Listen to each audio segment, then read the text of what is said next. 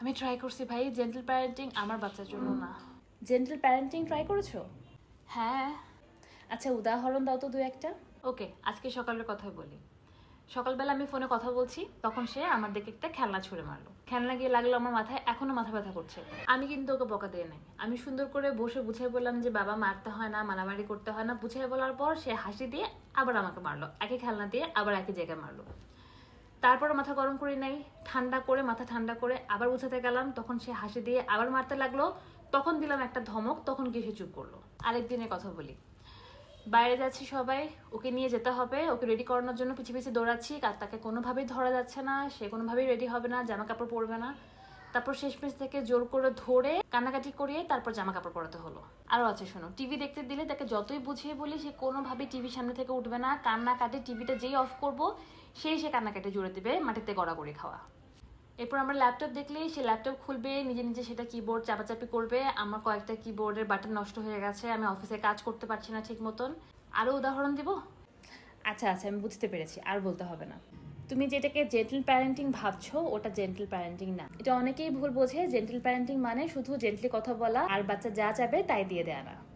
হ্যাঁ, আমরা মারামারি বা বকাঝকা করছি না, কিন্তু ওদেরকে ডিসিপ্লিন করার জন্য আমাদেরকে বাউন্ডারি সেট করা জানতে হবে, ওদেরকে ন্যাচারাল কনসিকুয়েন্সেস বুঝতে দিতে হবে। তুমি যে কমপ্লেনগুলো করলে সেগুলো এক্সাম্পল দিয়ে বুঝিয়ে বলি।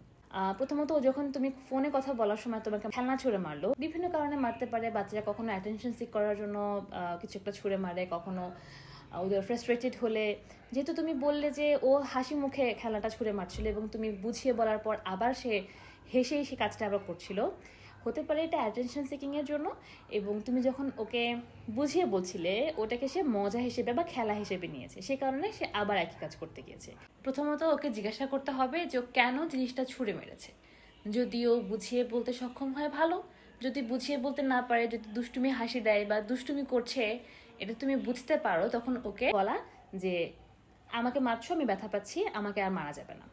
ছোট বাচ্চারা কিন্তু আবার না শব্দটার মানে বোঝে না। অনেক সময় যেটা হয়, না বললেও ওরা সেটার ভিতর হ্যাঁ খুঁজে পায়। তো কি করবে না বলার সাথে সাথে কি করবে সেটাও বলে দেওয়া ভালো। যে তোমার হাত দিয়ে তুমি আমাকে আদর করতে পারো, হ্যান্ডশেক করতে পারো, তুমি খেলনাটাকে এভাবে খেলতে পারো, এভাবে বুঝিয়ে বলা। তারপরও যদি দেখো যে মারছে তোমাকে, তখন ওর হাত ধরে বলতে হবে যে তোমাকে আমি আমাকে মারতে দিব না, আমি ব্যথা পাচ্ছি। বাউন্ডারি সেট করা বলে এটাকে। কথাগুলো রেগেও বলা যাবে না, কথাগুলো হেসেও বলা যাবে না। ফেস বা ভয়েসে কোনো রকম ইমোশন না দেখিয়ে কথাগুলো একদম স্টার্ন ভয়েসে বলতে হবে। বেড়াতে যাওয়ার সময় বা বাইরে কোথাও যাওয়ার সময় বাচ্চা রেডি হতে না যাওয়া, ছুটোছুটি করা ইজ ভেরি কমন। এটা সব বাচ্চাই মোটামুটি কম বেশি করে, কারণ আমরা যখন ওদের পিছনে ছুটছি ওরা তখন মজা পাচ্ছে, এটাকে খেলা হিসেবে দেখছে।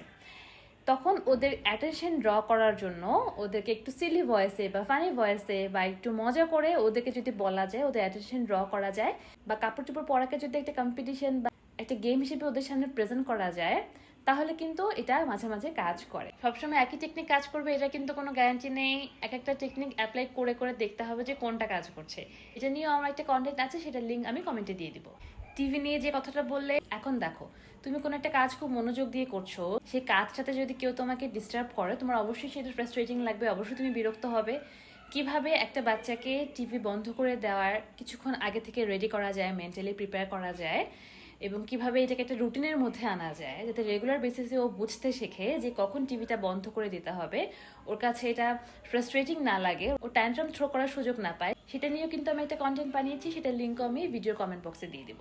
আর ল্যাপটপের কথা যেটা বললে, এটা আমাদেরকে মানতেই হবে যে ওদের ব্রেন এখনো আন্ডার ডেভেলপড, ওদের ইম্পালস কন্ট্রোল অনেক উইক।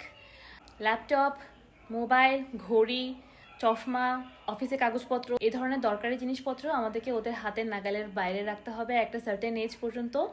এছাড়া আর কোনো উপায় নেই। ওদের হাতের কাছে আসলে ওদের ইচ্ছা করবে ভাঙতে, ছিঁড়তে, নষ্ট করতে, এবং সেটা ওনারা করবেন।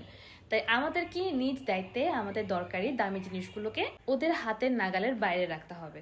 লাস্টলি এটুকুই বলবো যে জেন্টল প্যারেন্টিং মানেই বাচ্চা যা চাবে তাই দিয়ে দেয়া না, ওটাকে পারমিসিভ প্যারেন্টিং বলে। এবং বাচ্চার সাথে সবসময় সুইটলি কথা বলতে হবে, হেসে কথা বলতে হবে, এমনটাও জেন্টল প্যারেন্টিং এর মেইন রুল না।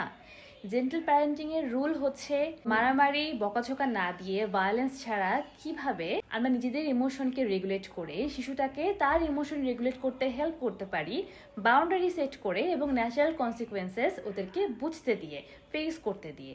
জেন্টল প্যারেন্টিং হোক, কনসিয়াস প্যারেন্টিং হোক, পজিটিভ প্যারেন্টিং হোক, ভায়োলেন্স ইউজ না করে শিশুকে ডিসিপ্লিন করার, বড় করার টেকনিক ইন্টারনেটে এখন অনেক অ্যাভেলেবল। আমাদের সেই ইচ্ছেটা থাকতে হবে যে আমরা যেন নিজেদেরকে এডুকেট করতে পারি, নিজেদের উপর কাজ করতে পারি। বাবা মা হিসেবে এটা কিন্তু আমাদের দায়িত্ব যে আমরা নিজেদের প্রবলেমগুলোকে অ্যাকনলেজ করে নিজেদেরকে বদলাই, নিজেদেরকে একটা বেটার প্যারেন্ট হিসেবে তৈরি করি, যেন আমাদের সন্তানদের বড় হয়ে নিজেদের পাস্ট ট্রমা, মেন্টাল হেলথ এসব ইস্যু নিয়ে থেরাপিস্টের কাছে দৌড়াতে না হয়।